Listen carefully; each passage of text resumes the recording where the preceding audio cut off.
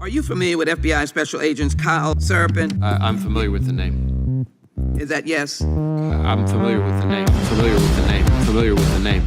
Let's bring in Kyle Seraphin. He's the FBI whistleblower who helped expose government censorship of our First Amendment rights. Now, we only have this memo because a recently suspended FBI agent called Kyle Seraphin brought it to the public. And we're grateful that he did. Kyle, thank you so much for joining us tonight. He's the host of something that strangely is called the Kyle Seraphin Show. Kyle Seraphin, I can't thank you enough for speaking out. I knew you guys were out there, and I knew it was just a matter of time, but you got a lot of guts putting your face and your name to this. You're doing a service on behalf of the American people, and from the bottom of my cracked and broken heart sometimes, thank you very much. Take a look behind the curtain with a real whistleblower and American patriot. Prepare to embrace the uncomfortable truth because this program has no time for comforting lies. Here is civil liberties enthusiast, Second Amendment defender, and recovering FBI agent Kyle Seraphin.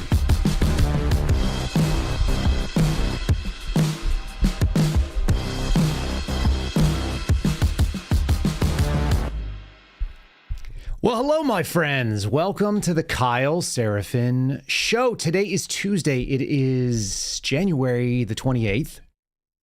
I appreciate you joining me here today. Do a little bit of housekeeping, keeping right up front. Apparently, we had some issues. There's nothing I can do about it. Spotify carried the right program yesterday, but it didn't pick up two of our episodes from last week. Apparently, Apple was playing a cross thread where it was showing something from a couple of days ago. Very weird. It should all be straightened out. So if you guys ever see that happen, I really do appreciate you letting me know over on social medias and things like that. People DM me and they're like, hey man, where's your program? What's going on here? I don't always know. There's some mysteries that happen in the background. I actually found out from Spotify that because last week's programs while we were on the road were uploaded using an M4A format, they were unable to process it, even though they accept M4A format audio. Go figure. Like, I don't know. They were just like, oh, we don't host it, but we'll accept it if we host it, but not if you host it somewhere else. Long and short, it's been settled, so you should be able to go back. If you missed yesterday's program, it's pretty good. If you missed our Sunday special or our Sunday conversation, I would totally encourage you guys. We're working on a better name. Go check that out with Richie McGinnis. It was one of my favorite interviews I've probably ever done, and I think you guys will find that very fascinating. Okay, that's all kind of the background information. Hopefully all the shenanigans are done for the week. There's always that little settling in. After I go on the road, I come back and I feel like things are jacked up. But all that being said, we're going to be talking today about deportations and suspensions, about keeping score. It's something the political left right now is losing their ever-loving minds about. You probably saw it in our thumbnail. The thumbnail showed some numbers that are being kept. If those of you who are really excited about deportations and we're looking for 1 million or 2 million or 10 million people deported from the United States under a new Trump era, and you went like, I don't think they're going to get it done because the first day they didn't get 10,000 or 50,000 of them, it's coming. It takes a little while to get a steam head up so that they can have enough pressure to get this thing moving. It started off with a couple hundred. We are now crossing over the 1,000. If they keep this up, if they can get to about 3,000 a day, and I expect they'll be able to get way more than that because people at ICE, people at the Border Patrol, people at CBP, these guys have not been allowed to do their jobs for 4 years and change. They're going to be let off the chain. And when that happens, it is actually going to steamroll into a much bigger, or a snowball, let's say, into a much bigger enforcement action. So I think that's what's coming down the line. You're also seeing this moment, and this is what I want to kind of hone in on today. One of the analogies that I absolutely love to use is the chessboard analogy. It's that Republicans, like to play checkers or chess. And the thing about checkers and chess, it doesn't really matter which game it is. It's on the board and you're playing by rules. You can only move a certain way. You can only move when the other person moves, and you just kind of trade back and forth. You have to stay within the paradigm of the game. And Democrats have always sort of stepped outside of that. Radical leftists in general love the idea of subverting the nature of the game, skipping the rules, holding you accountable to your own rules, but ignoring them themselves. And so they play demolition derby. The visual that we do is people sitting in a New York park. I don't know why, but that's the only place I've ever seen chessboards at like a stone bench, and they're moving the pieces across, checkers or chess, doesn't matter. And then you see like a demolition derby, some kind of monster truck comes in and smashes the stone. That's the analogy. For once, we're seeing Donald Trump play that game on the right. And it's glorious. They're distracted. They're unable to keep track of it. And they're like, what about the rules? And the answer is very similar to when Mitch McConnell kind of gave the Senate this warning. If you decide to reduce the threshold, if you make it such that you are going to be able to punch through legislation you want, we're going to abuse it in the future. And that happened with Donald Trump's judge picks, actually in the first Trump term. Now we're seeing this happen on the executive action side. Is this good for the country at the end of the day? Absolutely not. It is not good. It is not a good thing to have people ruin the rule of law, to ruin the standards. But if that's what the standard is, if the standard is no standards, you better play the game as it's written right now. And that's what we're doing right now. They have no idea how to keep up with somebody that has decided to just do what needs to be done and damn the rules and damn the torpedoes and full speed ahead. And that's what we're seeing happening in at least this first week. It's a lot of fun to watch. Okay, that was a pretty big warm-up intro between housekeeping and where we're going to go. Let's get into a quick little sponsor read here, the folks that keep the program on the air, and I'm very appreciative of them, and I think their message is timely. For those of you that are considering a switch from companies that don't support your values, now is the time to start thinking about it. PatriotMobile.com/KSS. They're the only ones that have a little bit different code. There's another Kyle out there, apparently. So while we've won the election, the fight to restore this great nation is just beginning. We're seeing it right now. It's the time to take a stand, and Patriot Mobile is leading that charge. As America's only Christian conservative wireless provider, Patriot Mobile gives you a way to vote with your wallet. You don't have to compromise on quality or convenience. Patriot Mobile isn't about providing just exceptional cell phone service. It's a call to action and a defense of the rights and freedom. With Patriot Mobile, you'll get outstanding nationwide coverage because they operate on all three of the major networks, which we can't say out loud. If you have a cell phone service today, you can get a cell phone service with Patriot Mobile, and the coverage is guaranteed.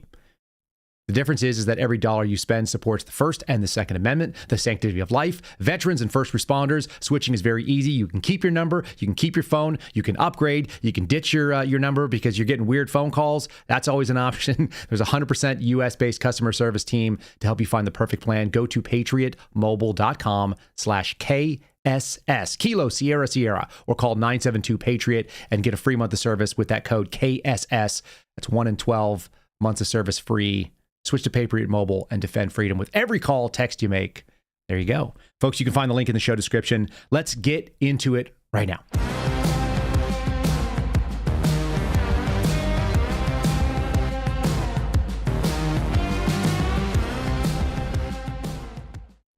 All right, I got to recharge a little bit with a little bit of fluid, and we are going to jump into the most interesting piece on Twitter that I saw yesterday. And why do I say that? Because it came from a sitting congressman, a senator to be more accurate. And the discussion of letters of marque has entered the chat. How interesting is this? What you're seeing on the screen right there, for those of you that are listening, imagine a piece of parchment. At the top of it, it says, letter of marque, James Madison, President of the United States. To all who shall see, presents and greetings. The story goes is that we are considering, or at least the answer is being floated. How do we deal with drug cartels and the evil scumbags that are declaring war, let's say, on the American citizens, on our sovereignty? Now, the nature of drug cartels are kind of interesting because they are what's called transnational organized criminal organizations. If they are transnational, they span borders. They don't have to play in one place or another. They can hang out in Mexico. They can hang out in Guatemala. They can hang out in Panama. They can hang out in they can hang out in the United States. And they do. So the drug cartels are kind of an interesting little animal, aren't they? And when we start considering how do you solve them, you maybe can't solve them like a nation state problem. You can't negotiate with them. You're not going to be able to invade specific territory. They can move. They're not anchored by government or by territory. They are beholden to money. We've had George Hill on here a couple of times talking about this, and I think it's worth noting. When we talk about drug cartels, everybody has this idea from like watching probably Patriot Games or Clear and Present Danger or something like that, like an old Harrison Ford movie. You've seen some kind of scruffy man with some cool aviator shades, and they're wearing the Patron shirt, right? And they're wearing all linen, and they're walking around some sort of estate. That's not who these people are. They have offices in major buildings. They have offices in glass and steel high rises. They are moving billions of dollars worth of cargo around the world.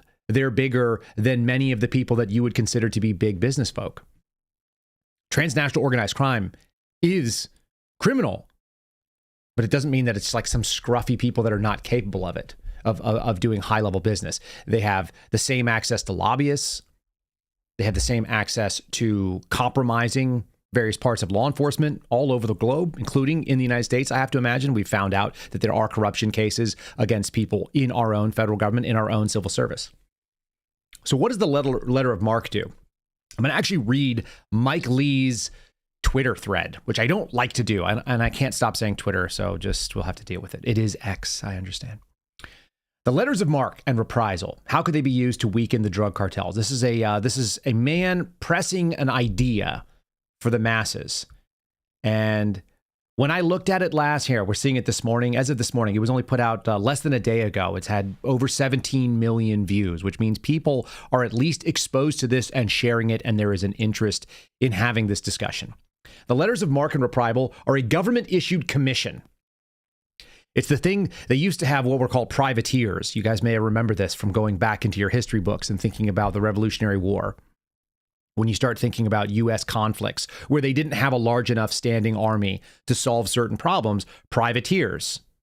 These are authorized private citizens that have a government-issued commission to perform acts that would otherwise be considered piracy, like attacking enemy ships during wartime. Privateers were rewarded with a cut of the loot that they so-called bring home. In other words, they were given booty, they were given a commission based on the spoils of war.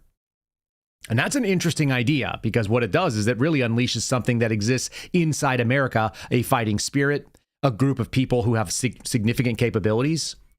It's all of the benefits of, let's say, a mercenary army, but you don't have to pay them because they're in fact incentivized to go after things that they are going to attack. So being able to snag things like narcotics and cash, intercepting human trafficking. There's a lot of money, guns, treasure, and things like this that are also conveyed by these organizations.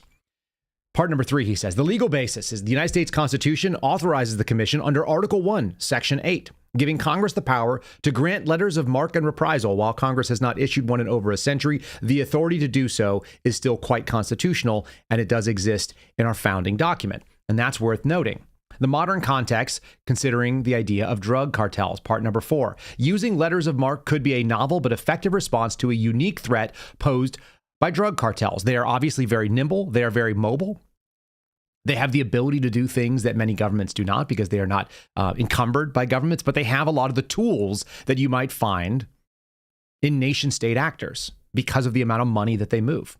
The letters of marque could be a novel and effective response to the unique threat that drug cartels pose, especially in response to threats by the cartels that target U.S. planes, returning illegal immigrants to their countries of origin. More on that in a moment. How could they be applied? Authorization. Congress could, in fact, issue letters of marque and reprisal, authorizing private security firms or specially trained civilians to intercept cartel operations, particularly those involving drug shipments or human trafficking cross borders. They could handle things like focusing on disrupting supply lines, capturing high-value targets, seizing assets like boats, vehicles, cash, gold, equipment. Again, sort of the cash and treasure sort of piece of it. Somebody in the chat just said booty. Yes, booty, indeed. We could go after and capture the booty. The advantage of something like this is that there's a flexibility that private operators have. They are more agile than governments. They are more quick to adapt to the tactics. And we have tens of thousands of special operations veterans, probably north of 100,000 SOF veterans who have done this sort of thing, who maintain themselves and are probably looking for mission sets to be able to continue onward in their lives. One of the most difficult things that people do when they come out of the military is transition into civilian life. This is coming a little bit from a personal understanding, but also from observing a lot of veterans. Veterans have a hard time adapting the skills that were taught, particularly those that were really involved in combat operations. How do you take that skill set and apply it to a new mission set? And a lot of them go back into contracting work, right? They go overseas and they provide themselves as basically mercenaries to something else. Anybody who wants to pay for the services. In fact, the drug cartels pay for people to come and do that. There's some pretty good examples of this in public life. I don't need to name any off the top of my head, but I've got a few in my head. Being able to do that is important. Being able to keep warriors in the sphere of war for a long time. If they want to do that, you might as well take advantage of it. Is it different than having a standing military? Yeah, for sure. Absolutely. Some of those guys become cops. They take that attitude of protectorship and they move it in to the civilian realm. But there's a different set of rules of engagement. You know, you can look at people like my friend Garrett O'Boyle. He went and testified in front of Congress. What did he do? He started off as an infantryman in the Army, combat infantry badge, engaged our nation's enemies overseas, and then came here and engaged society's enemies in a different way as a police officer and then as an FBI agent. So there are reasons for that. The criticism and the issue that you're going to undoubtedly find is that letters of marque and reprisal will undoubtedly draw criticism from those who are inclined to elevate abstract and often incoherent principles that they deem things like international law. But what they forget is that there's a principle of sovereignty, national sovereignty. It's something I called out in my letter to the bishop the other day, which, by the way, has gotten a little bit of attention. The nature of using these letters of marque and reprisal, it's going to be contentious. But if it turns out that it is the best answer, so be it. I think a lot of Americans, particularly conservative Americans, will embrace it. There's something interesting about going back to the old ways. And this shouldn't actually be that big of a problem. What we're seeing right now, and I'll just go right here. I'm going to go to my second story first, because we'll get there in a second here. The Mexican drug cartels are actually engaging Americans and Border Patrol agents. There was an instance over the weekend of a plane that was controlled by some sort of cartel interest that strafed an American hiker in the United States. That is a direct attack across borders. This is something that our law enforcement is generally not authorized to engage in. So it's problematic. You guys may or may not know this. Some of you probably don't realize that once you deal with the border territories, especially that line, that magical line that exists in the sand between the United States and Mexico, yeah, there's going to be a wall at some parts of it, but there's also something really kind of critical.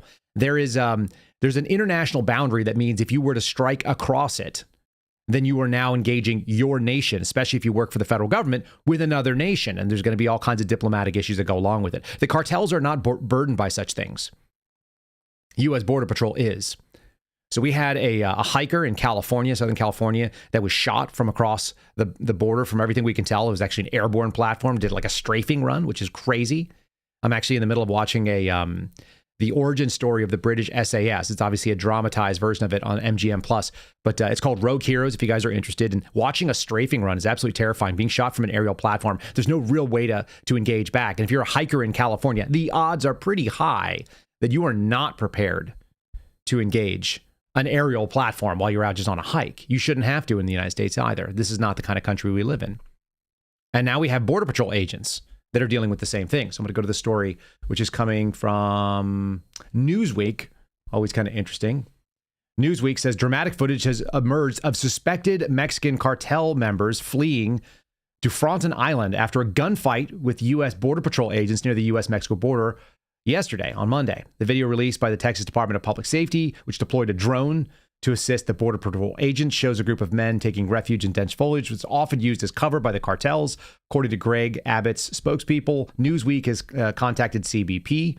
It's not real clear to me why they would contact CBP. CBP, if you will remember, we're going to have to know these terms going into this year, especially as we start talking a lot about immigration. Term number one, Border Patrol. Those are the people that intercept and defend the border outside of the ports of entry.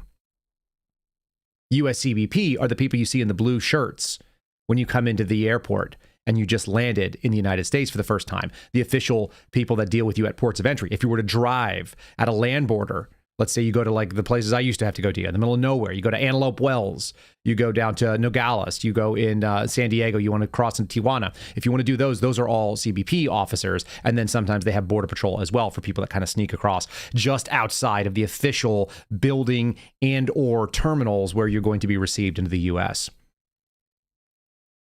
I like that they have a section in this Newsweek article called Why It Matters. Since taking office, Donald Trump has promised to crack down on illegal immigration, signing a series of executive orders to enable these mass deportations. And one of the orders classifies Mexican drug cartels as foreign terrorist organizations, again, untying the U.S. military and parts of law enforcement to deal with them, which is going to be very interesting.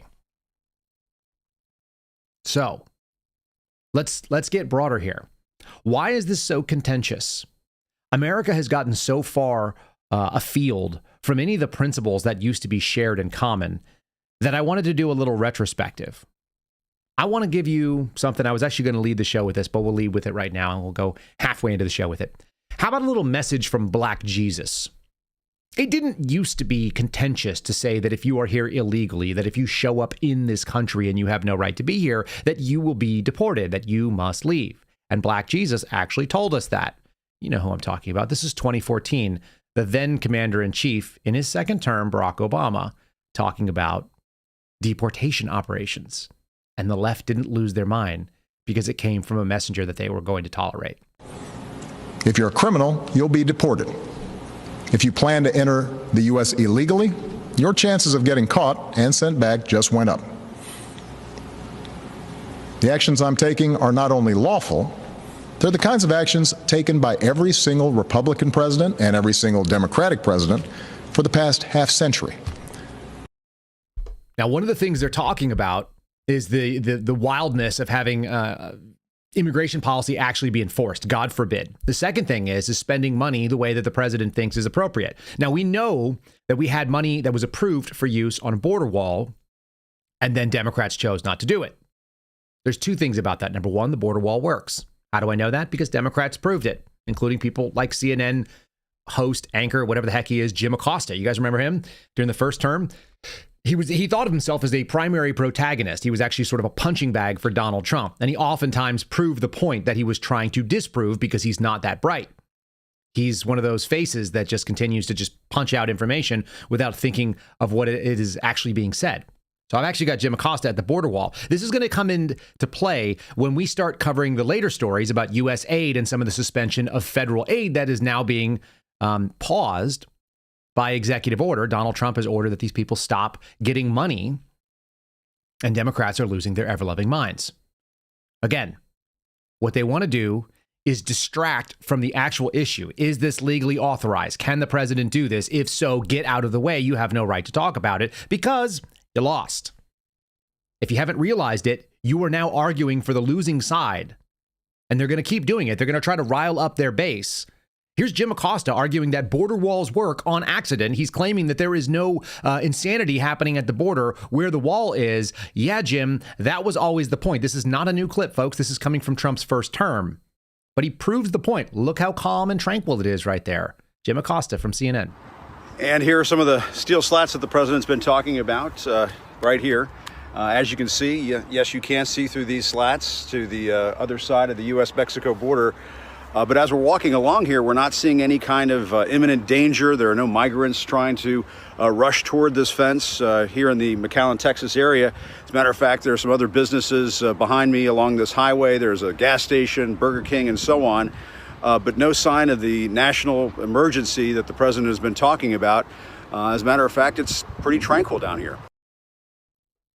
Oh boy, Jim. It's pretty tranquil because the wall is effective. It keeps people away. That was always the whole point. It's the same thing as we were hearing yesterday. The Vatican, sort of lambasting the Trump administration for what they're involved in and when it comes to doing immigration and saying no people are illegal and you owe everybody a right to compassion. No, you do not. Not everybody needs to come into your country. Sovereign borders. Render unto Caesar what is Caesar's. How about render unto the United States what belongs to the United States? And that is a respect for our laws when you are in our country. Very simple. It's not against Christian principles to have political barriers and political lines that must be respected. And they've always been that way. And Jesus acknowledges it well. So all this talk about, Christians must be, basically turn all of their pockets out and empty themselves for others. Yeah, within reason, in so much as you actually have a duty and an obligation to those closest to you first. I had somebody immediately reach out after seeing yesterday's podcast. They shared a DM and they said, hey, would you like to support our mission to Africa? No, I wouldn't. I don't care. There are so many things that I could never solve enough the problems that exist in my own country. I have no interest in Africa. If you want to do that, you do you. If that's where you feel like you're being called, congratulations. That's not my vocation. I signed up to serve this country 2 different times, and I intend to continue to do so. And many of you feel the same way. To be shamed for that is actually wrong. Because I don't hear these people crying about homeless veterans and my friends that are drug addicted and have a hard time getting back on their feet, or the friends that we have that served in our armed forces that were not able to transition from one mission to another. And they resort to taking their own lives because they don't see a place in the society that they've come back to after defending it. I've seen guys like Dale Stark. You guys have probably seen him before. He's a podcast host now, but he was an A-10 pilot. He's a rancher. He seems like a really cool guy. Try to get him on the Sunday conversation. Try to get him to sit down and talk to us a little bit about what that looks like. He said, I'm not real crazy about going back into a war, but this might be the most righteous war that has existed in my lifetime. We've got to be about the same age. Yeah, the most righteous war. Some things were sold to us that were not righteous. For those of you that served in Iraq and now have second thoughts about it on more information, it doesn't mean that your service wasn't righteous. It means the people pointing you as a weapon system might not have been. But I'll tell you what, defending your national borders, that seems pretty straightforward. Before we get into the next little piece and the pause and the wailing and the crying and the gnashing of teeth in the darkness, talking about how the United States is now going to shut down the aid. We've been the ATM for the entire world for quite a while, and most of us just go like, why the hell are we sending money to these a-holes that hate us and export their garbage to us? Donald Trump went, beep. Why don't we just put a little pause on that and reevaluate it? The problem is that the folks that operate within what's called the deep state or the administrative state, they're not real crazy about it because this is a tool of intelligence agencies, USAID. And if you guys follow Mike Benz, you know that there's an awful lot being involved in there that has to do with the intel agencies, specifically the CIA and others. They're using that money to facilitate U.S. interest, maybe, but is it really? Is it really the president's policies? It turns out as of today, it's not. The president said we're going to hold foreign aid and we're going to evaluate to see what the hell we're paying for, because paying for transgender lizard surgery in Guatemala doesn't sound like something that we're really interested in. And having lesbian basket weaving festivals where we study the effects of how women communities that shun men in Kenya is not really U.S. interest. Those are all made up, but I'm sure they're probably real, sadly enough. All right, before we get deeper into the weeds, let's talk about my friends over at Patriot Coolers. You guys are probably seeing, I have the wood grain one sitting on the desk right now. It carries well. It goes with me everywhere I go. I had a gray one, kind of a low-vis Patriot Cooler when I went to SHOT Show. We gave one away on this show the other day. I'm going to have to get one out there for Zach because Joe Altman, who joined me as a co-host the other day, actually stole it because they like it. You guys can get your own if you like at patriotcoolers.com. Use my promo code. It's KYLE, and you'll save 10%. You can save the same 10% if you're a military veteran, but you don't have to give me your ID or anything if you use my name. So you might as well. PatriotCoolers.com if you want the Seraphin Show / the Suspendables collection. There's a link in the show description. Wherever you're watching or listening to this, you can find it there, and you might as well. Lastly, they give money to veterans who have a hard time with mobility, that are trying to do that transformation from where they are in their previous life. They get injured serving this nation. They come over here, and the Patriot Coolers gives a percentage of their proceeds. It's hundreds of thousands of dollars they give over to take care of our veterans. They're putting their money where their mouth is, unlike some folks who want to cry about it. So if you want to support a great company, if you're in the market, go out there and check them out. If you're going to replace a tumbler or if you're going to replace a cooler, PatriotCoolers.com, longest serving sponsor of the Kyle Seraphin Show. Really grateful for those folks. Let's just, I said we were keeping score, right? Before we get into the USAID piece, how about this? I told you we need to build up that steam head. This was January 26. And the question was, will they be able to start getting closer to about 3,000? I think the math is pretty straightforward. Actually, I'm going to go do it real quick. We got 365 days in the year, right? Well, let's talk about 1 million deportations. That seems like a pretty big number. 365 days in the year. They've got to be working every day of the week. Are they? Because they're feds? Probably not. I'm going to show you some evidence they are. It comes out to a 2,740. They got to get 2,740. Well, if we see the jump from January 26th, here's January 27th. It went from 956 one day to 1,179 the next day. If this is the trend, and we've seen more every day, like I said, the first day they announced it, it was 300. So we're talking about from 554 detainers lodged. Those are your pipelines. Those are people that have been arrested by local LE, and now ICE is coming in and saying, hey, by the way, we want them when you're done. We'll take them. Don't even worry about it. Don't let them free. Okay, from 554 on the first day to 853, that's your pipeline. Building the pipeline and building the arrest. I guarantee you they have target packages for tons and tons of these people. The question is, can they find them? And the answer should be yes. We have the skills in this country to be able to locate people. Just a little bit of personal experience. When I was working with the FBI Special Operations Group, which is the surveillance team I ran with, when my team was running operations to help grab child traffickers, alleged child traffickers, but the people that were involved in doing that, they were illegal immigrants. They were illegal aliens to this country, MS-13 members. So now currently being declared as transnational organized crime, and also FTO, foreign terrorist organizations. These clowns, sometimes we wouldn't find them. Their OPSEC is quite good. More on that in a minute. But their ability to evade, their ability to organize, their ability to use spotters and communications and disruptive pieces there, a lot of that was around. And the thing that we found is that you can use sophisticated techniques that you use for manhunting. There's a whole process, a package that's called the WID package. So you punch that into the back of a Suburban. You can actually track cell phones in real time and where they're moving. You get the individual carrier. You get the RF frequency that is going into one of the phones. That signature, you can find it. You can find, oh, it's on the third floor of this building. Okay, it's coming down either a stairwell or an escalator. Got it. It's exiting the building. And you can visually say, my target phone number is now on the move. And that guy's on the move, and that is most likely my target. Let's go ahead and follow the car that he gets in. And then you'll notice that the signal goes with the car that you're following. So now you have a one-to-one correlation, movement across time and distance of an individual cell phone. That is one of the targets that you're going to go get. And we have arrested people that we've never laid eyes on before. We have an arrest warrant for the name, for the person associated with that phone. Yeah, could they hand it off and we get the wrong person? It's possible. But generally speaking, the way that they track these things, especially when they have Title III warrants up, yeah, you can get all kinds of stuff on them. And you know that the person that is using that phone for business, including trafficking of young girls, which is almost always the case with these guys, you track them down and you're finding out that they are running young women who are also illegal, by the way, who are victims. This is the thing I talked about to the bishop. We're talking about enabling the enslavement, the rape, the abuse, the murder, oftentimes, of young people, particularly young women. That's the reason why you target these people, because they're evil. Listen to this clown. Again, I told you that they're working around the clock right now, and I think that's actually the case. Because this ICE raid happened on Sunday. The one thing that we used to get from the informants that they would always tell us is that they would always feel good about working on Saturdays and Sundays because feds don't work on Saturdays and Sundays. That's pretty true. You know who does? DHS, ICE, task force that want to work with those folks. So I spent a fair number of Saturdays and Sundays on surveillance doing work against MS-13 targets because those were the days when they thought that they could get away from us. It turns out, as of now, they're on notice. You can't. The raids are happening. This is a Sunday morning raid. This is Fairfax, my old county that I lived in when I worked for the FBI for 5 years in D.C. This is on the Virginia side of things. Fairfax County, and the local news is aghast. And look at the little beta male that they are going to have talk about it. He's very upset.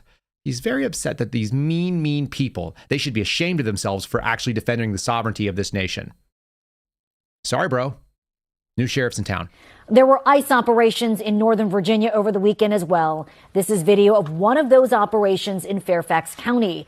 Residents there expressing concern about enforcement teams coming to their doors. Northern Virginia Bureau Chief Julie Carey is live in the Beacon Hill area now with what we know about the operation. Julie, what can you tell us? Well, hang on. These are actually called the Beacon Hill Apartments. When you're going down Richmond Highway in Fairfax County, they're right behind the Home Depot and the Giant. And the residents in that particular building, they tell me they had a rude awakening yesterday morning when the ICE agents rolled in. That's how Sunday morning started for the residents in this three-story building. One resident says he was awakened around 6:15. I woke up to very loud, what I would categorize as aggressive knocks at my door. I approached the door, but before opening it, I asked who it was. I heard in response that it was the police. I asked if they had a warrant. They indicated that they did. He says when they gave him an Hispanic name he didn't recognize, he opened the door. I fully expected to see Fairfax County police at the door. Instead, I saw a group of men. It was at least 4, but I think it was more, decked out in what I would describe as like tactical gear. In the video provided to News 4 by another resident, you can see the word police and the acronym ERO, which stands for Enforcement and Removal Operations within ICE. I told them that they should be ashamed of themselves, that they were breaking up families, and that, what my government was doing was embarrassing, and they're embarrassing our country. Yeah, they're embarrassing our country. Are they, though? You know what's really embarrassing is when you have a country that doesn't defend its own borders and lets people get destroyed. How about the folks that want to go and watch our young women get raped and murdered? A guy looks like a glowworm. I've worked with guys like that. There's actually FBI agents that look and sound like that. We're finding out right now, multiple reports from inside the FBI, from our various sources, me and the other suspendables, that there are apologies coming down from mid-level management saying, I'm sorry, but you're going to have to devote resources to ERO, that enforcement and removal operations end of ICE. So you've got federal agents that are apologizing to other federal agents for doing the job of enforcing the laws of this nation. Is that acceptable? Can we actually handle that? It's the reason why they're getting very upset about a Kash Patel coming in. They have to. They have to be upset about it. These people don't want to do the job that they were hired on to do. And they are getting empowered by leftist men who are subservient to weak and leftist women whose opinion is irrelevant. Here's Caitlin Collins on CNN talking to Tom Homan. I actually made a little comment. I was being a little bit snarky last night, and she said, I'll be talking to Tom Homan in a few minutes at 9 o'clock. And the answer is like, no, you should be listening, young lady, because everything they have to say is ridiculous. I don't want to hear you trying to shove your opinion down. The best of it is that there's no apology in this new sort of like first week of Trump. And the people that he's had go out and speak, no apologies either. There is no reason for apology. It's time to play demolition derby. It's time to ignore the rules of what's appropriate and what's not appropriate. I don't care. I want effectiveness. I want to see our law enforcement do the job that they signed on to do. If you don't want to be part of it, get the hell out. We'll talk about USAID in just a second here. Just a little bit more on this topic because it's fun. It's fun to watch a little bit of a win. As I said, this has been the antidote to 12 years of slow decline in this country. What does it take? What is the standard, I guess, to go into an elementary school? Because what we had heard from immigration advocates is that this is going to provide a chilling effect to parents in the school drop-off line or something of that matter. It shouldn't be a chilling effect unless your child's a terrorist or a public safety threat.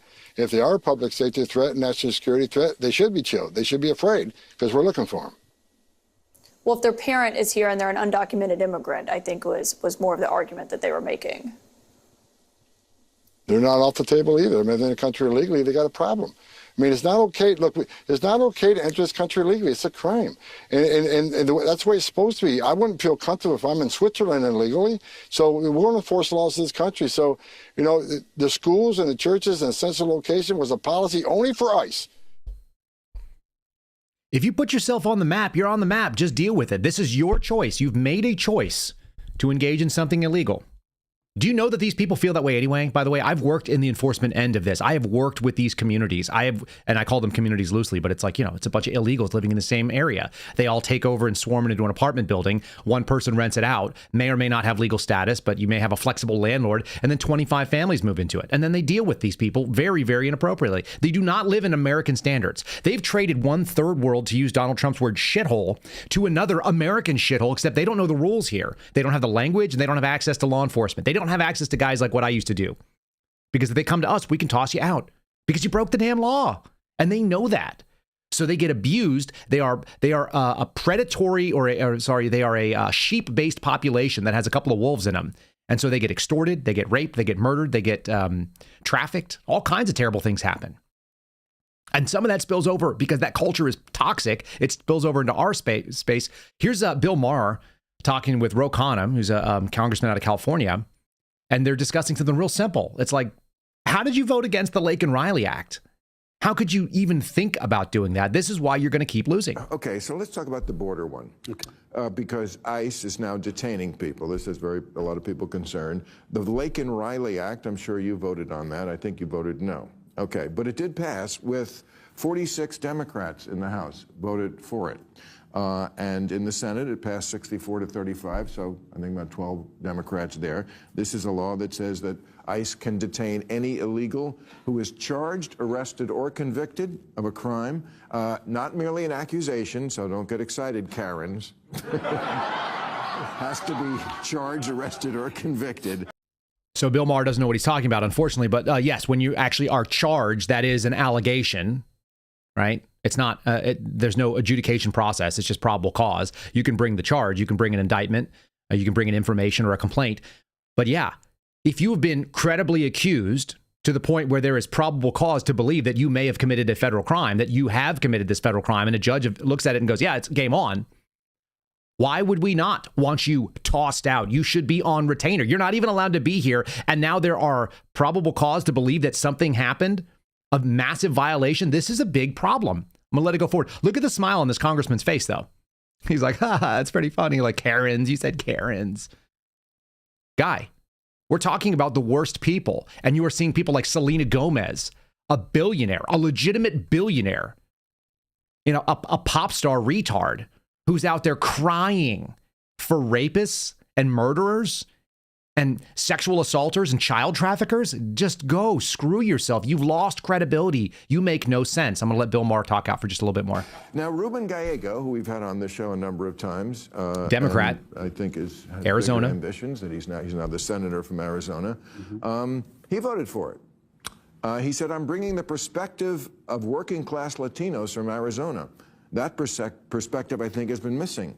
And he talks about people who are largely out of touch with where your average Latino is. It sounds like he's calling out people like you who voted no. Correct. That's what's happening there.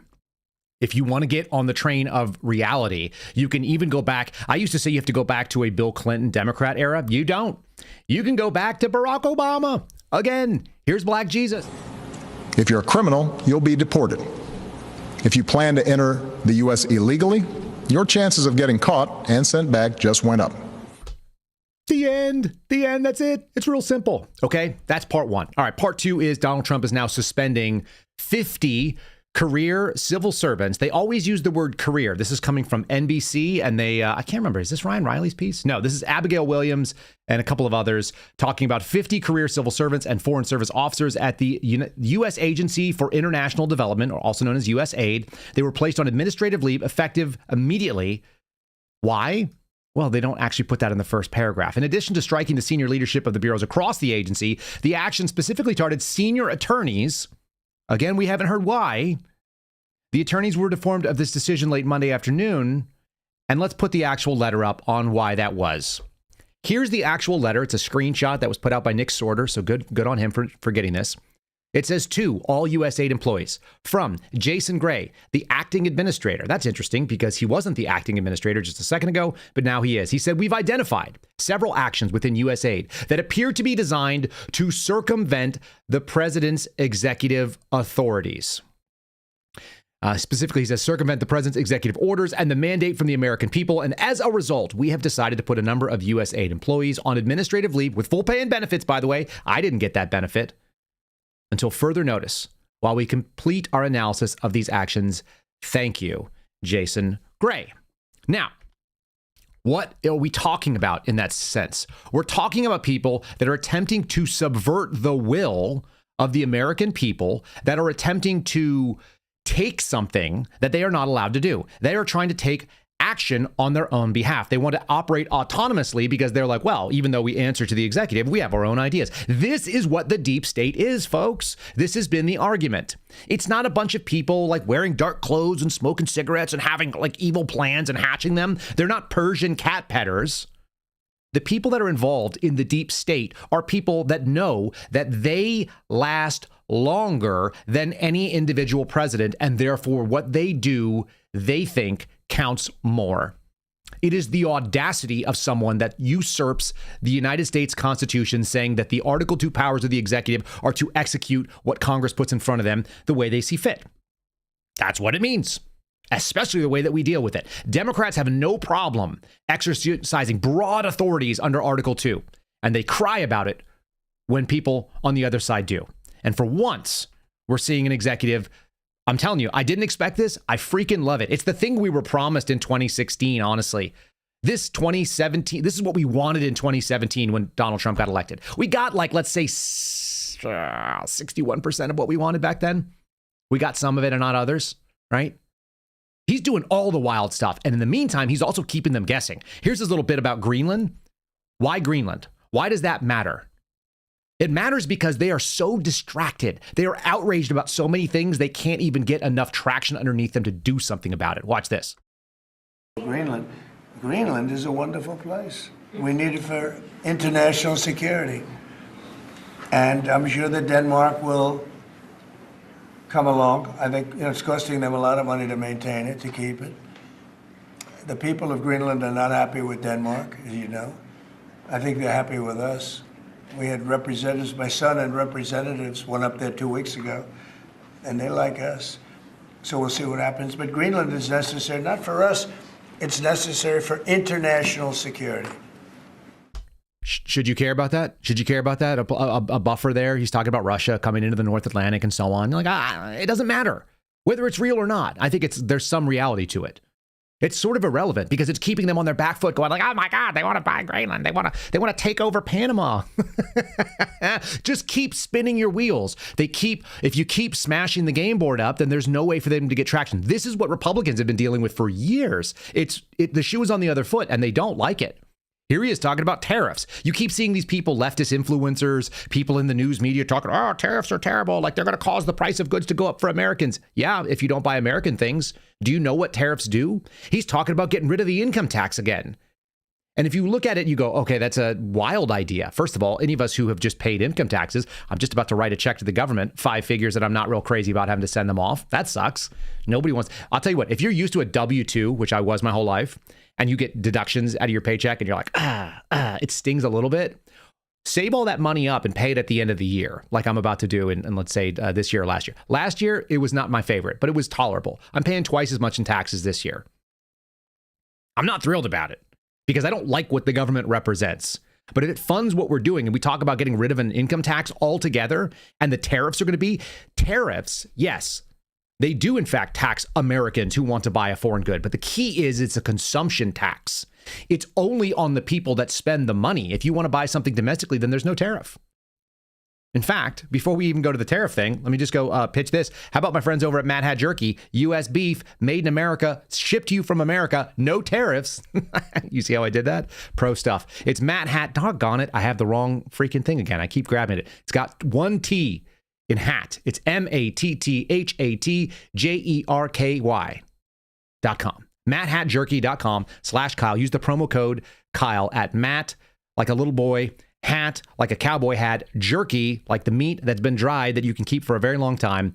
MattHatJerky.com/Kyle. This is not an emergency food. This is like a food when you're having like a grouchy emergency. If you're feeling hangry, this is your move, especially if you're into like carnivore diet or if you're into ketogenic stuff. This is a great solution.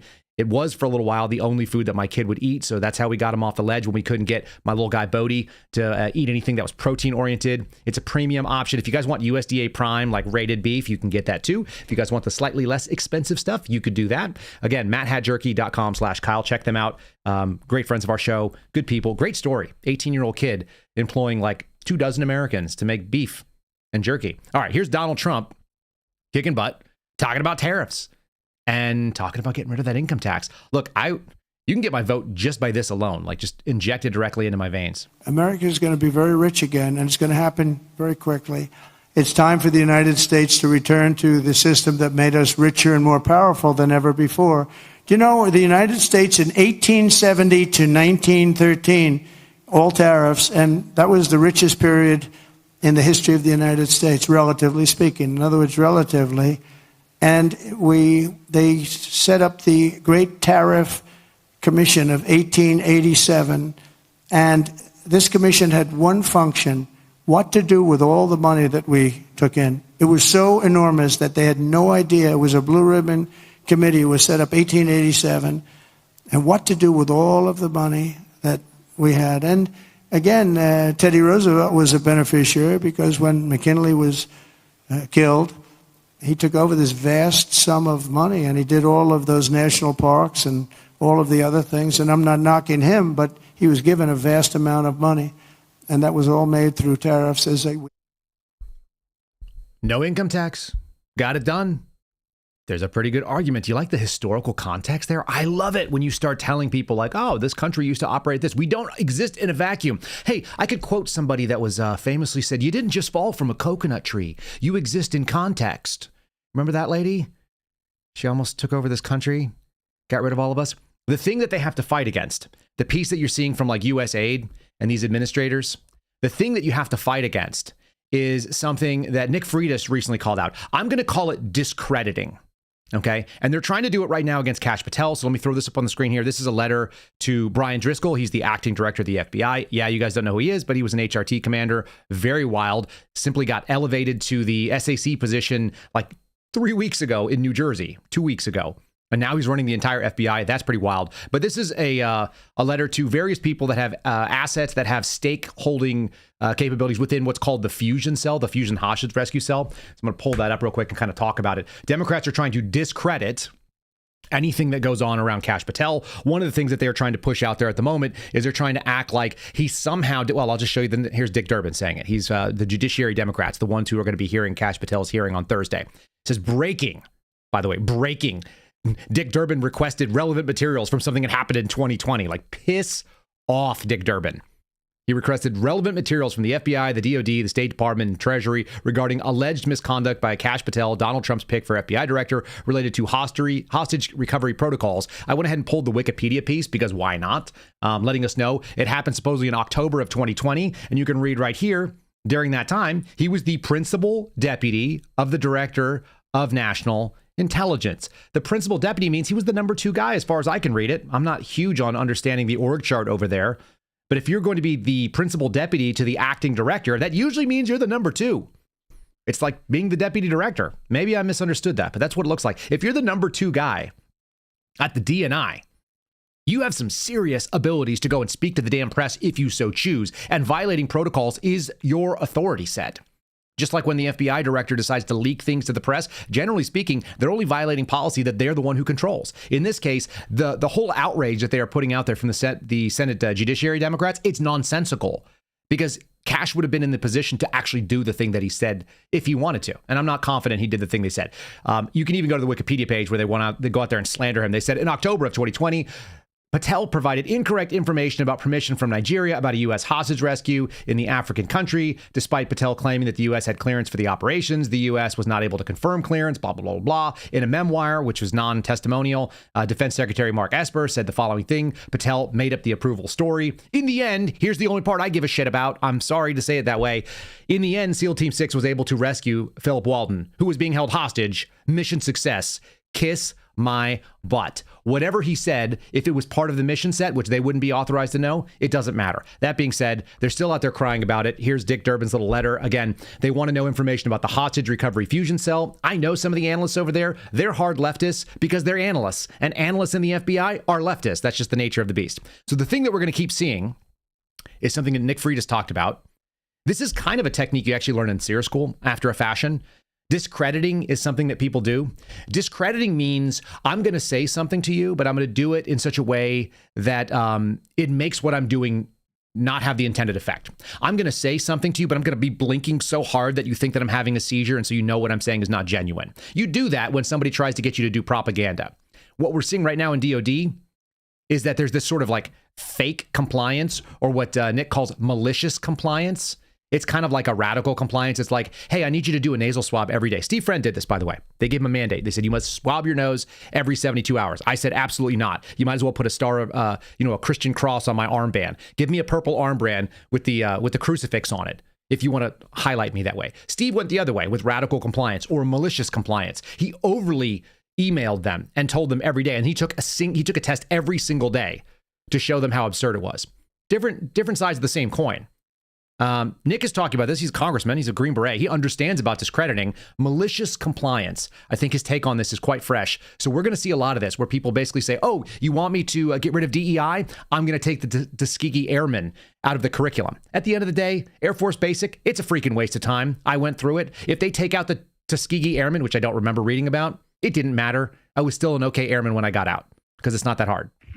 Malicious compliance. That's a term we should all get used to because we're going to see a lot of it over the next 4 years. What malicious compliance is when somebody pretends to implement a policy when in reality they're attempting to subvert it. So let me give you an example. Let's say Donald Trump and Pete Hegseth say, you know what? We're not going to do all these DEI programs in the military anymore because it's not good for cohesion or effectiveness. And so somebody goes out there and says, okay, no problem. I'll just remove courses on the Tuskegee Airmen and women in World War II from Air Force basic training courses, right? That's a faithful execution. No. That's an attempt to subvert the process. You're trying to create a narrative probably to protect your mid-level bureaucratic job that wouldn't exist without such programs. Now, here's the real ironic part about this. The Tuskegee Airmen were victims of a government policy which elevated superficial characteristics above capability and character. You know, kind of like DEI. Right. Isn't it worth noting there were units that were 6 and 10 times more effective than the Tuskegee Airmen, but they were held up because they were brought in to do a certain thing. Yeah, they were a figurehead. It'd be like if Jackie Robinson wasn't actually a really great baseball player in his own right, and then you just celebrate him because you had to. No, you have to be both exceptional and breaking a barrier if you want to actually do this. They used to know this kind of stuff. In any case, propaganda oftentimes goes much further. I want to cover a couple other stories in the last 2 minutes here, 3 minutes. Number one, this is worth noting because I think this is one of the other sort of horrific things that happened under the Biden administration that's been kind of swept under the rug. You guys remember what happened in East Palestine, Ohio? Norfolk Southern and the East Palestine, Ohio village, the city government there have reached a settlement over what happened in 2023. It seems like it was forever ago. There have been so many tragedies that have happened on U.S. soil that we've just ignored that it's worth bringing it back up when it happens. The settlement's going to give the village $22 million for priorities that have been identified. They've already given $13.5 million to help with public infrastructure, fire stations, police stations, equipment, and vehicles that were destroyed and rendered inoperable because of that crash and the derailment. A lot of this stuff, goes back to various different people who may or may not be called Pete Buttigieg, right? Who's going to replace that? A Sean Duffy? Won't it be nice to have like a family person that's not a weirdo, that doesn't go and take maternity leave to chest feed their child because we have a real father who's got like 9 kids. Anyway, just a little different animal. There's also been an April 2024 settlement, which I'd never heard of before, but it's worth knowing that the residents of that city got a $600 million class action. It's probably not going to include every single person in that city. The other sad thing is oftentimes when they do these settlements, people will come in and offer to do it on a contingency basis. So they'll get 30, 40, 50, 60% of that settlement, but hopefully some monies to make some of these people's lives a little bit closer to right after this tragedy happens. People tend to forget because our news cycle moves so quickly. And that is one of them. The other one I wanted to break out, which is worth knowing, is this one.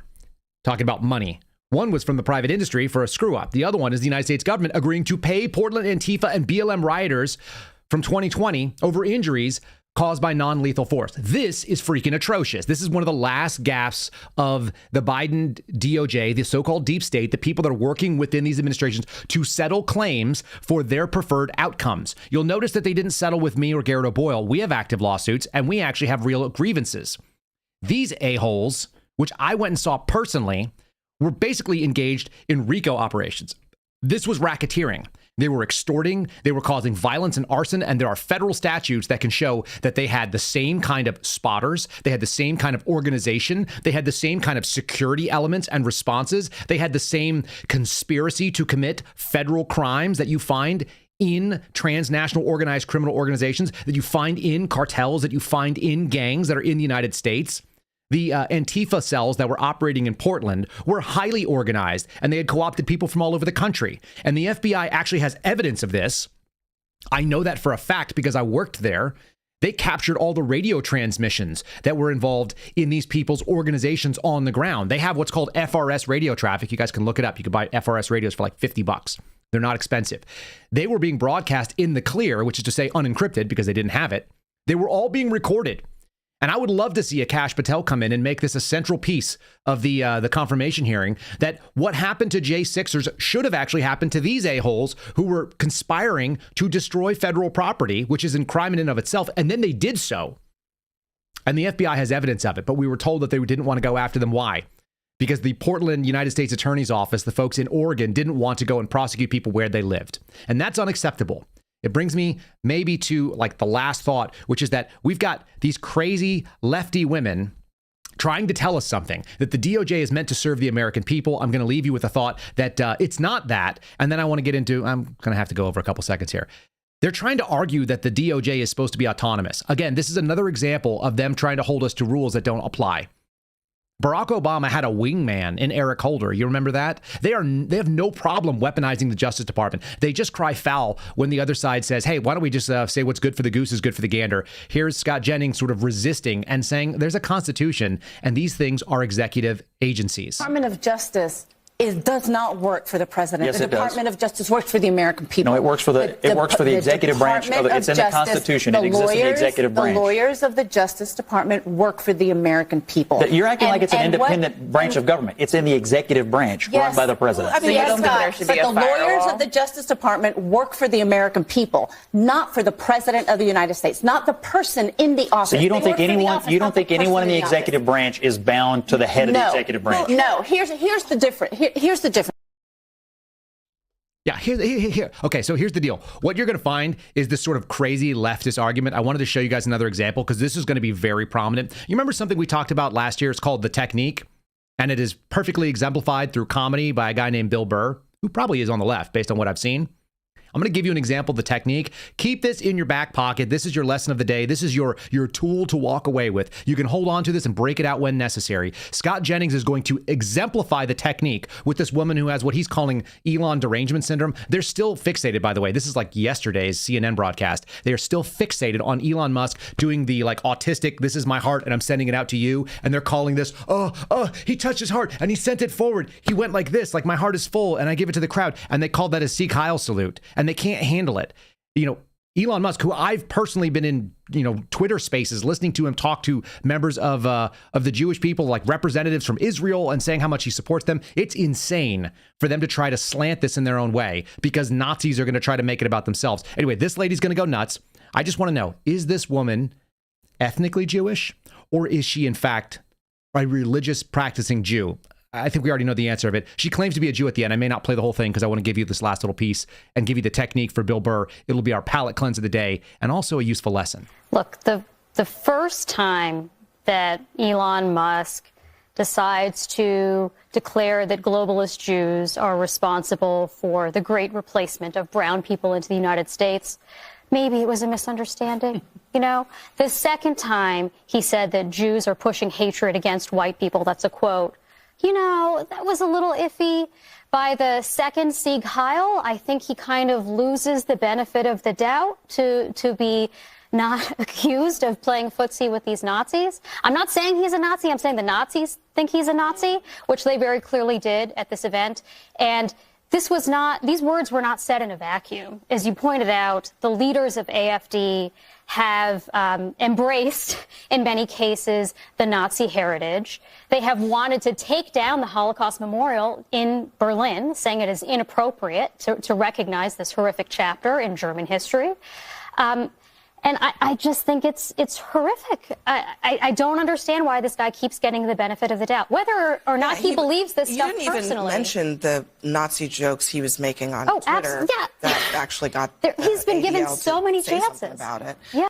I was hearing a lot of sighing. Scott, what's the deal? I mean, we've moved on from Trump derangement syndrome to Elon derangement syndrome. Oh, I'm sorry. Do you want to defend his saying the Germans get to... Let me let him finish, Catherine. I love this game we play where you talk for 2 minutes, I talk for 3 seconds, and you freak out. So he has a long record of supporting the Jewish people, number one. Number two, anybody who is asserting this thing he did on the stage the other day was a Sieg Heil, which I just heard you say, lawyer up maybe, because absolute ridiculous thing to say. Under no circumstances. The Nazis in Germany thought it was a Sieg Heil. Under no circumstances was he doing anything other than expressing enthusiastically. Why don't you do it on TV right now? His appreciation. Why don't you do it on TV right now if you think it's so? Number three. Banal. Number three. I think it is fully appropriate, and I of course have been the strongest supporter of the Jewish people on this network for over a year, since October the 7th. Is that true? To remember the Holocaust and to remember the atrocities committed against the Jewish people. I'm going to stop it there because it goes on for a little longer. And then she goes on and says, I'm a Jew. Like, how dare you? The best part is he has an argument. It is 3 points. He thought of them beforehand, and he refuses to get derailed by this woman injecting these little snippy garbage comments. Do not engage. Here's Bill Burr. This is your palate cleanse of the day. It's also a fantastic lesson. Remember that when you've won the argument and they are making emotional nonsense, like, what do the Nazis think in Germany? Like, nobody cares. I'm not going to answer your points. Do not engage with the foolishness. Stay in the pocket, win the argument, kneel the ball, take a knee, and just let the clock run out. And that's what Scott just did. He's doing it on CNN every night. It's really fun. Anyway, Bill Burr with the so-called technique. This is my edited version. This is what the argument was about. I was so right. What happened? Okay, you're winning, and they just start saying that crazy shit out of nowhere. Just know in that moment you've won the fight, okay? All right? Don't get mad. Bob and weave, slip all of that shit. Maybe because you got a little dick. Just let that slide. Stay in the pocket of the argument. Okay? It's over. The argument is over. You've won. Just take a knee and run out the clock. That's it. Take a knee and run out the clock. We've run out the clock here for the day, folks. Thanks so much for joining us. Really appreciate it. If you guys want to support the program, you can always watch us over at rumble.com/Kyle Seraphin. Give that Sunday conversation a look. It's going to be the premiered one. Follow me on X at Kyle Seraphin. Locals is KyleSeraphin.com, where I post all of the articles that I've reviewed for the day. If you guys want to see the stuff behind it, check it out. And you can always find us on Apple, Spotify, iHeartRadio, and so on. Make sure you guys are sharing those if you've done it. Give us a like. Give us a 5-star wherever you are. I do read most of the comments, even if I don't read them out loud here anymore. Thank you so much for being part of the program. I look forward to seeing you guys tomorrow morning. God bless you. Have a great day. Thanks for listening to the Kyle Seraphin Show, streamed live weekdays on rumble.com/Kyle Seraphin. Follow Kyle on Twitter, Truth Social, and Instagram at Kyle Seraphin.